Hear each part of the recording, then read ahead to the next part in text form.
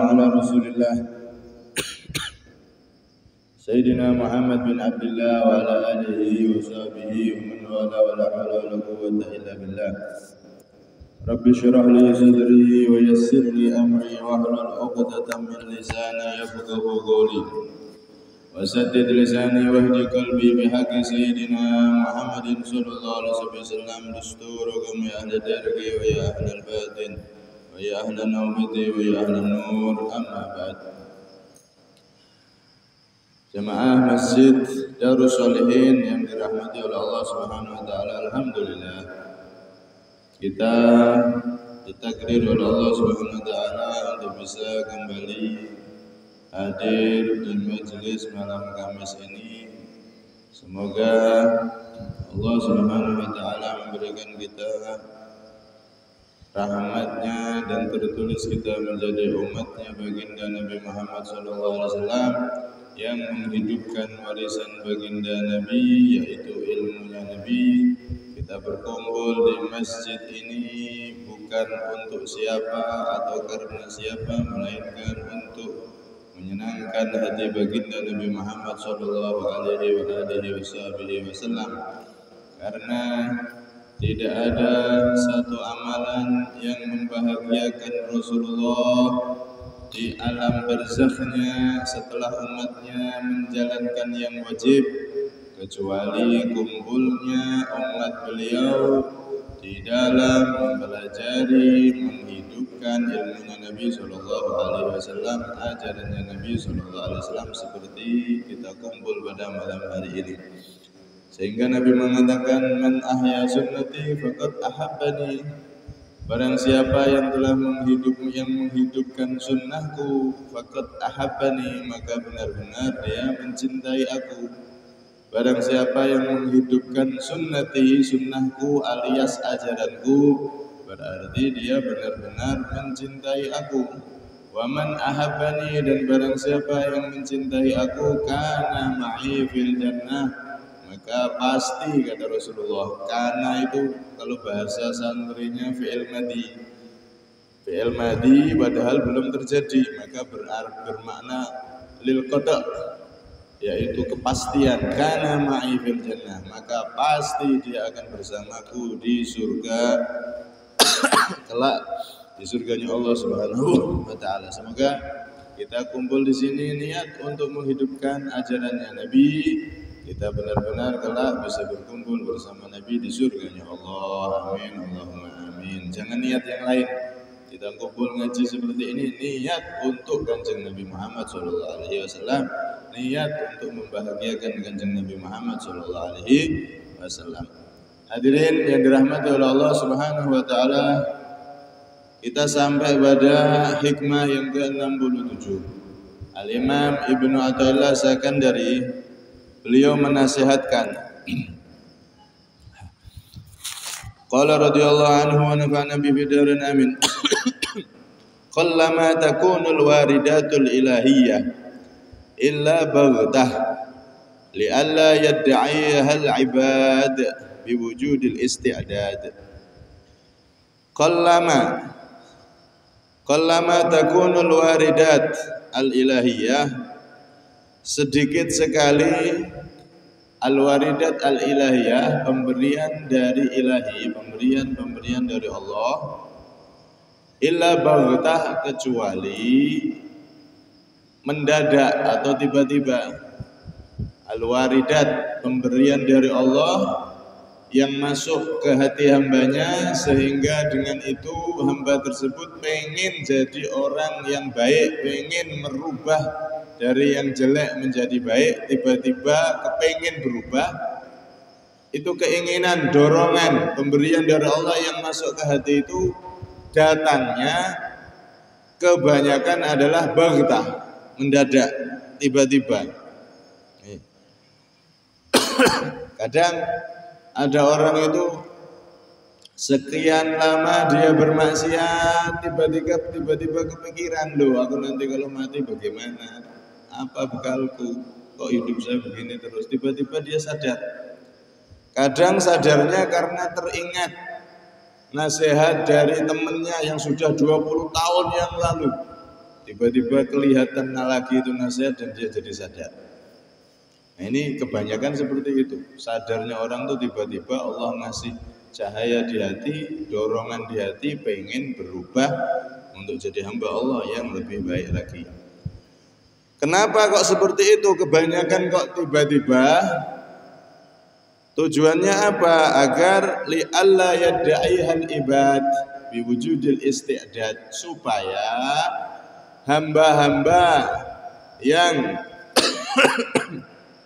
menasehati misalkan, ataupun hamba-hamba yang punya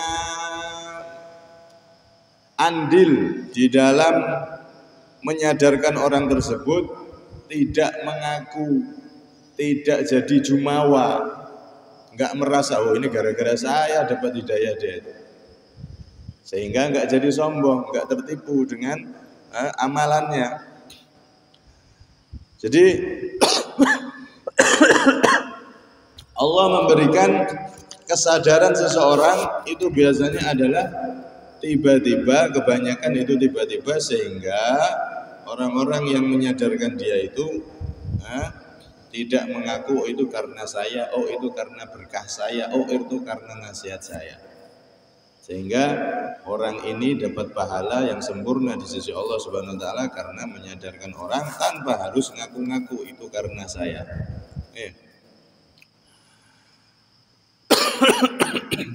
Kenapa seperti itu?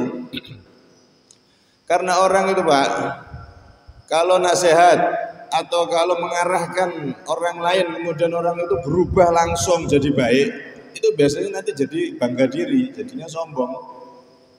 Kalau sudah seperti itu nanti pahalanya bisa hilang.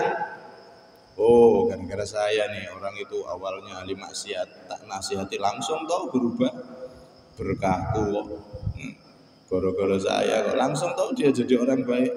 Karena saya memang orang berkah. Akhirnya jadi jumawa, jadi bangga diri, dan dia jatuh di sisi Allah Subhanahu wa taala. Nah, saking sayangnya Allah, hidayah atau dorongan kepada hambanya untuk berubah jadi baik itu kebanyakan datangnya tiba-tiba dan tidak langsung ketika menerima nasihat. Ada yang langsung, tapi kebanyakan tiba-tiba datangnya itu nanti tiba-tiba di suatu saat yang telah Allah tentukan. Nah, supaya benar-benar hamba-hambanya ini selamat semuanya. Karena itu Rasulullah SAW juga disifatkan oleh Allah, innaka la tahdi man ahbabta walakin Allah yahdi man yasha.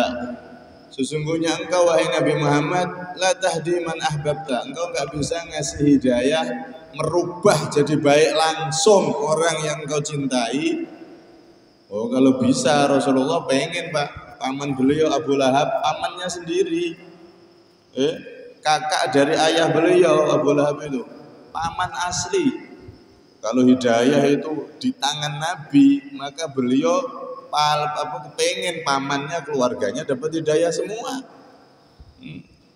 Tapi hidayah itu memang dari Allah. Nabi Muhammad cuma memberi hidayah, petunjuk, ngasih rambu-rambu. Oh ini loh kalau pengen sampai ke Pangkal Ambon, ini loh jalannya ke sini. Rasulullah ngasih tahu jalannya. Ini loh kalau pengen sampai ke surga, jalannya ke sini. Rasulullah ngasih petunjuk jalan agar bisa sampai. Perkara dia mau ndak menempuh jalan itu, nah itu hidayah yang masuk ke hati, itu urusannya Allah. Karena itu kalau kita memberi nasihat pada siapapun, jangan pernah putus asa. Jangan mikiri oh tak nasihati juga dia tidak mau nerima, kalau percuma tidak usah wes biarno. Jangan, tetap nasihat. Kadang-kadang nasihat itu nanti merubah dia setelah sekian tahun, dia sadar gara-gara teringat nasihat kita.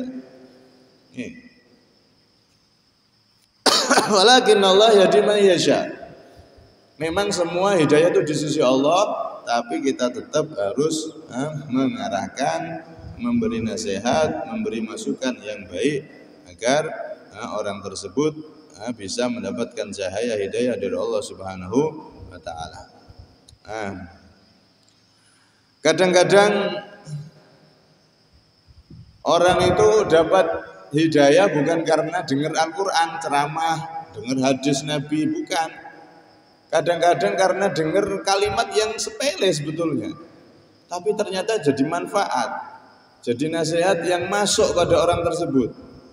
Didalili Al-Quran, juz 1 sampai hatam diterangkan, misalnya sampai 30 juz disampaikan, tapi tidak berubah-ubah.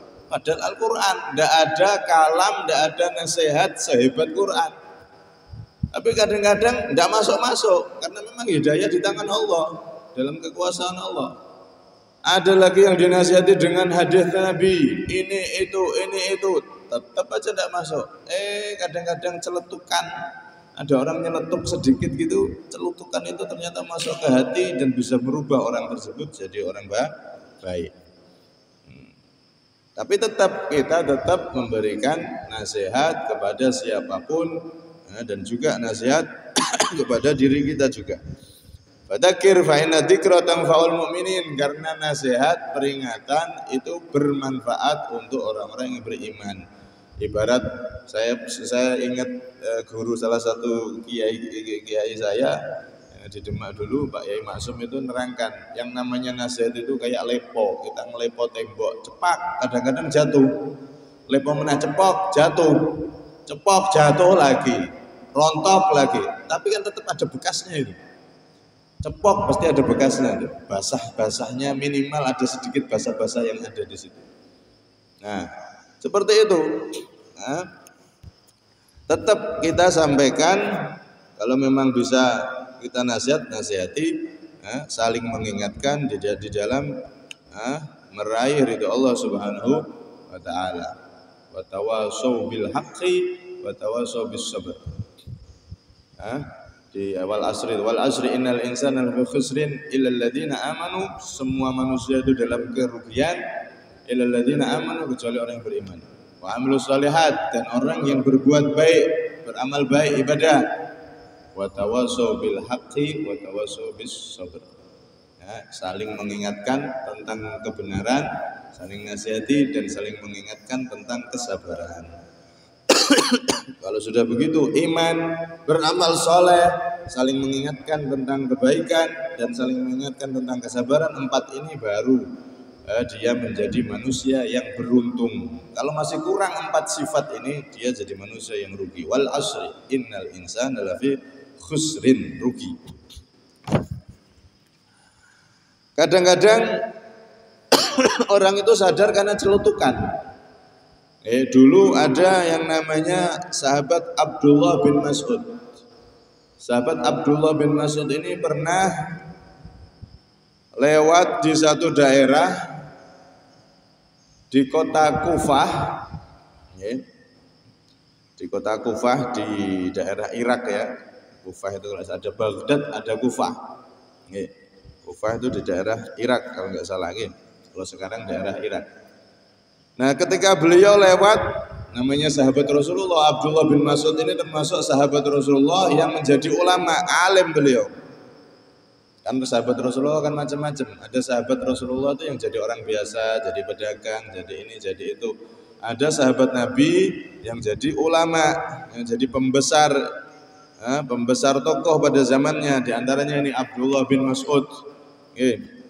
Beliau lewat, kemudian berpapasan dengan al-fusaq, orang-orang yang ahli maksiat, orang-orang fasik.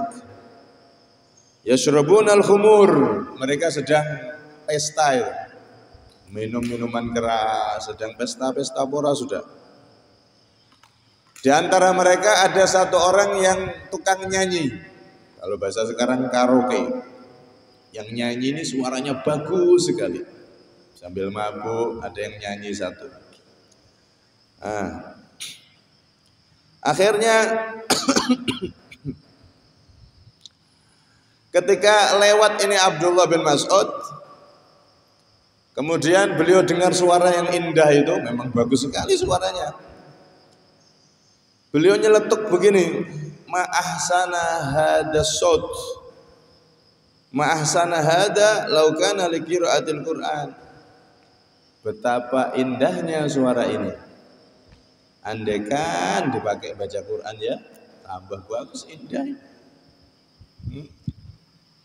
Celutukan ini ketika orang-orang yang ahli maksiat ini bermaksiat tahu Abdullah bin Mas'ud lewat dan beliau ngomong seperti itu, akhirnya ada orang yang dengar di sekitarnya menyampaikan kepada salah satu orang-orang yang maksiat tadi yang bernyanyi, disampaikan, ditanya, tadi Abdullah bin Mas'ud ngomong apa tadi pas lewat? Maka dikatakan oleh yang mendengar, tadi itu dia ngomong begini, suaramu itu bagus, kalau dipakai baca Quran, wah tambah bagus. Gara-gara seperti itu akhirnya orang ini masuk itu cahaya hidayah di hatinya, kemudian dia lari dikejar itu Abdullah bin Mas'ud radhiyallahu anhu, dikejar, kemudian alat-alat musik yang dia bawa, gitar dia lempar, kemudian dia mengejar Sayyidina Abdullah bin Mas'ud sampai ketemu Sayyidina Abdullah bin Mas'ud. Kemudian orang ini menyatakan pengen jadi murid beliau, pengen taubat, pengen ngaji sama beliau. Maka disambut oleh Sayyidina Abdullah bin Mas'ud, dirangkul, keduanya saling merangkulan dan keduanya saling menangis. Maka kenapa wahai Abdullah bin Mas'ud engkau menangis? Bagaimana aku tidak menangis? Bagaimana aku tidak terharu? Aku didatangi oleh orang yang dicintai oleh Allah Subhanahu wa taala. Loh, kok bisa? Orang ahli maksiat kok dicintai, datang kok dicintai? Iya, karena orang yang datang untuk taubat itu adalah orang yang dicintai oleh Allah Subhanahu wa taala. At-taib minadz dzambi kaman la dzambalah. Orang yang taubat dari dosa itu seperti orang yang tidak punya dosa. At-taib habibullah. Orang yang taubat dari dosa, sungguh-sungguh taubat, itu adalah menjadi kekasihnya Allah, orang yang dicintai oleh Allah Subhanahu wa taala. Innallaha yuhibbut tawwabin wa yuhibbul mutatahhirin. Sesungguhnya Allah yuhibbu, mencintai at-tawwabin, orang-orang yang ahli taubat, bertobat sungguh-sungguh kepada Allah Subhanahu wa taala. Langsung dicintai sama Allah, disambut sama Sayyidina Abdullah bin Mas'ud dengan derayan air mata, keduanya saling rangkulan. Terharu beliau. Kenapa? Karena aku bisa didatangi oleh orang yang dicintai oleh Allah Subhanahu wa taala, alias orang yang mau bertaubat. Senang beliau. Senang beliau menyambut orang tersebut. Akhirnya si penyanyi yang semula penyanyi ini, yang nyanyi-nyanyi tadi itu udah mulai sama Sayyidina Abdullah bin Mas'ud. Tiap hari sama beliau, tiap hari ngaji sama beliau. Waktunya dihabiskan untuk menimba ilmu dari Sayyidina Abdullah bin Mas'ud. Bahasa sekarang, ikut mondok, ikut ngaji, ikut pengajiannya Sayyidina Abdullah bin Mas'ud, kemanapun diikuti sama beliau. Ikut terus sampai akhirnya kasara imaman aziman, sampai orang tersebut menjadi imaman fil ilmi, jadi panutan, pemimpin di dalam ilmu. Setelah Sayyidina Abdullah bin Mas'ud, sahabat Rasulullah ini, salah satu sahabat Nabi ini wafat, orang ini jadi imaman fil ilmi, menjadi panutan, pemimpin, imamnya umat di dalam masalah ilmu, sampai-sampai beliau jadi tokoh besar, jadi orang alim besar saat itu. Sampai-sampai di dalam riwayat-riwayat itu disebutkan banyak sekali riwayat yang mengatakan Zadan an Abdullah bin Mas'ud radhiyallahu anhu. Zadan, dari seseorang yang namanya Zadan. Zadan ini adalah orang yang taubat tadi itu. Zadan an Abdullah bin Mas'ud, dari Abdullah bin Mas'ud titik. Ada riwayat banyak yang diambil dari orang ini yang dulunya ahli mabuk, dulunya ahli lupa kepada Allah Subhanahu wa taala, tapi berubah menjadi sosok ulama besar dan meriwayatkan banyak riwayat dari gurunya, yaitu Sayyidina Abdullah bin Mas'ud radhiyallahu anhu. Kadang-kadang celetukan merubah orang, atau kadang-kadang tadi itu nasihat yang didengar setelah sekian tahun, akhirnya dia ingat nasihat tersebut dan berubah jadi orang baik. Banyak itu. Kalau kita teliti sensus penduduk orang barat yang mana mereka masuk Islam itu gara-gara apa? Kebanyakan dari mereka gara-gara lihat akhlaknya orang-orang itu bagus, orang Islam kok sama orang tuanya kok hormat ya. Anak-anak orang Islam kalau pergi salaman sama orang tuanya. Lihat akhlak-akhlak yang sehari-hari seperti itu, akhirnya mereka banyak masuk Islam. Enggak dengar Al-Quran, enggak dengar nasihat hadis Nabi, enggak, tapi lihat bagaimana muamalat, perbuatan dari orang-orang Islam, keseharian mereka itu bisa merubah mereka simpatik, seneng sama Islam. Orang Islam itu ramah-ramah, orang Islam itu gini-gini, akhirnya dia masuk Islam gara-gara itu. Terbuka hatinya, pengen jadi hamba Allah gara-gara hal-hal yang kadang-kadang sehari-hari biasa dan kebiasa, tapi itu ternyata mendadak menjadi hidayah bagi orang yang melihatnya. Kadang-kadang juga ada orang itu yang berubah karena pengalamannya dia. Kadang sampai pengalaman yang macam-macam sudah. Ada pengalaman hidupnya atau pengalaman dari temennya, atau bahkan kadang-kadang pengalaman yang mistis. Mistis itu kadang-kadang karena satu hal yang berbau mistis dia berubah jadi baik. Dan ini pernah terjadi di zaman Nabi. Singkat cerita itu ada orang pemuda ini dia ini orang yang kerjaannya itu menggali kuburan. Kalau sudah ada orang meninggal, siang hari dikubur, malam harinya dia datangi, dia gali kuburan, dia ambil kain kafannya.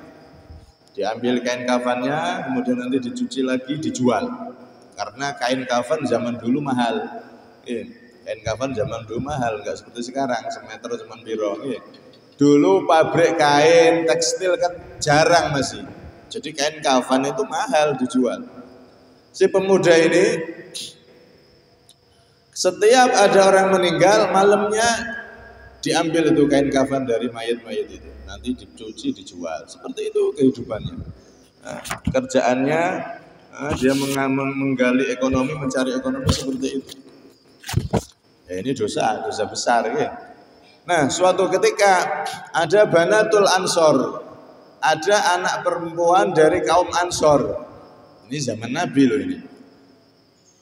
Anak perempuan dari kaum Ansor, sahabat Nabi kan terbagi menjadi dua bagian besar. Ada yang Muhajirin, yang aslinya Mekah, ada yang Ansor, sahabat Nabi yang asli Madinah. Nah ini anak dari sahabat Ansor, ada satu perempuan sahabat Ansor, anaknya yang masih muda, belum menikah, meninggal, wafat. Akhirnya dimakamkan. Anaknya sahabat Ansor ini terkenal cantik, belum sempat nikah, meninggal. Setelah itu malamnya, setelah dimakamkan, benar malamnya seperti biasa, si pemuda ini yang tukang gali kubur ini datangi makamnya. Digali, setelah sampai ke tempat mayat, diambil itu kain kafannya, kemudian dia bawa kain kafan. Kemudian dia niatnya pengen segera pulang seperti biasa. Baru beberapa langkah ternyata dia kebayang-bayang dengan si mayat tersebut karena cantik. Walaupun sudah mati tapi kelihatan masih cantik. Ini mungkin karena orang perempuan ini soleha, jadi masih kelihatan cantik, sehingga ketika baru beberapa langkah nih si pemuda ini akhirnya khilaf. Balik lagi. Singkat cerita, dikumpuli itu si mayat perempuan. Setelah itu selesai, wong mati dikumpuli. Ini kan temen nih. Setelah itu selesai, dia kemudian melangkah niat untuk pergi seperti biasa, bawakan kafannya ingin segera pulang. Tiba-tiba si mayat perempuan itu berdiri dan ngomong, ya fasik, ma ahwajaka ilan nar. Wailun lak ya syab amma tastahi min Allah wa taraktani uryana. Wahai pemuda, celaka kau. Kamu tidak malu sama Allah. Kamu tidak malu sama Allah, engkau mengambil kain kafanku, engkau tinggalkan aku dalam keadaan seperti ini, tidak berpakaian, telanjang, dan engkau telah melakukan apa yang telah engkau lakukan kepadaku. Apakah engkau tidak malu sama Allah? Melihat itu, kejadian yang aneh itu, kaget dia, takut, lari langsung. Setelah itu besoknya menghadap ke Rasulullah SAW, pengen tobat dari semua perbuatannya selama ini, ngambil kafan ini itu, karena pengalaman mistiknya yang semalam yang terakhir itu seperti itu, dia pengen tobat. Akhirnya ketika mau masuk ke Masjid Nabawi, nangis dia di situ, ketemu Sayyidina Umar. Saya pengen tobat Sayyidina Umar, tapi kira-kira Rasulullah nerima enggak tobat saya? Nangis. Sayyidina Umar tahu ceritanya, kemudian datang ke dalam masjid sambil dalam keadaan terharu dan menangis karena si pemuda ini benar-benar nangis, sedih, pengen tobat beneran. Akhirnya Rasulullah tanya sama Sayyidina Umar, wahai Umar, ma yubkik, kenapa kau nangis? Apa yang membuat kau menangis? Diterangkan oleh Rasulullah, ini ada pemuda pengen tobat tapi tidak berani, pengen ketemu engkau ya Nabi. Dia sangat takut, khawatir, karena dia merasa punya dosa yang begitu banyak. Singkat cerita, masuk itu ke masjid, ditanya sama Nabi, wahai pemuda, kamu pengen tobat, dosamu tuh seberapa? Allah mengampuni.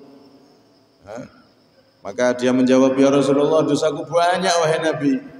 Kalau apakah dosamu itu sebesar bumi? Lebih dari itu wahai Nabi. Dosaku banyak, saya rasa lebih dari itu wahai Nabi. Apakah dosamu sebesar langit? Lebih dari itu wahai Nabi. Apakah dosamu sebesar kursi, sebesar arsy? Arsy itu kan makhluknya Allah yang paling besar. Lebih besar dari itu wahai Nabi. Apakah dosamu itu lebih besar dari Allah, dari ampunan Allah? Tidak wahai Nabi. Dosaku kecil kalau dibanding ampunan Allah, rahmatnya Allah.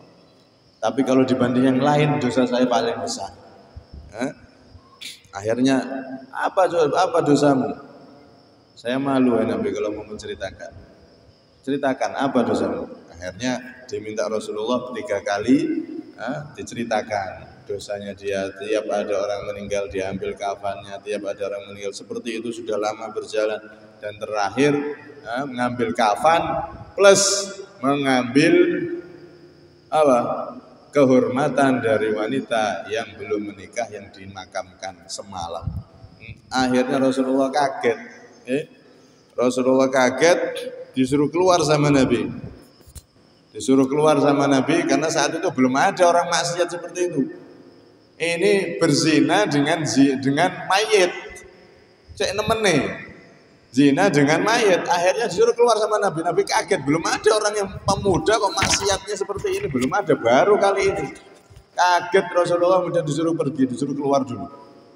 Pergi orang pemuda ini keluar ke rumah sampai 40 hari dia menangis, tobat sama Allah, menangis, tobat sama Allah sampai 40 hari. Akhirnya Jibril datang kepada Rasulullah. Wahai Rasulullah, kasih kabar itu pemuda bahwasanya Allah telah melihat kesungguhan taubatnya selama 40 hari itu, kasih kabar dia Allah mengampuni semua dosa-dosanya. Akhirnya dipanggil sama Nabi, disuruh manggil sama Rasulullah, sahabat disuruh manggil, diberi kabar Rasulullah bahwasanya engkau diterima taubatnya oleh Allah Subhanahu wa taala. Innallaha taba alaih. Sesungguhnya Allah taala telah menerima taubat pemuda tersebut. Akhirnya pemuda tersebut tobat dengan bimbingan Nabi Muhammad SAW. Jadi kadang-kadang seperti itu Pak. Orang berubah itu macam-macam sebabnya. Ada karena sesuatu yang remeh, ada karena itu. Yang jelas itu semua adalah kasih sayang dari Allah, agar tadi itu orang yang menjadi sebab tobatnya orang lain, dia nggak berbangga diri. Kalau langsung dikasih nasihat, diarahkan langsung orang itu tobat, ini tobat. Akhirnya yang ngajak ini nanti dia bangga diri, malah pahalanya hilang. Karena rahmatnya Allah, pemberian dari Allah, tobatnya orang-orang itu tadi, terkadang setelah sekian lama baru orang itu sadar karena nasihat yang sudah didengar setelah sekian lama. Ala kulli hal, intinya kita itu jangan pernah meremehkan kebaikan apapun.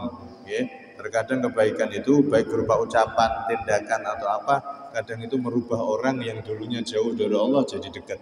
Ya memang nggak langsung kadang-kadang telah sekian tahun orang itu berubah gara-gara perbuatan baik kita, gara-gara ucapan baik kita, yang kita sudah lupa itu, tapi ternyata bisa merubah orang lain. Karena itu jangan pernah bosan untuk selalu berkata baik, berbuat baik, menebarkan kebaikan dimanapun dan kapanpun, sehingga kadang-kadang itu nanti akan jadi hidayah untuk orang banyak, orang-orang yang melihatnya, orang-orang yang mendengarnya.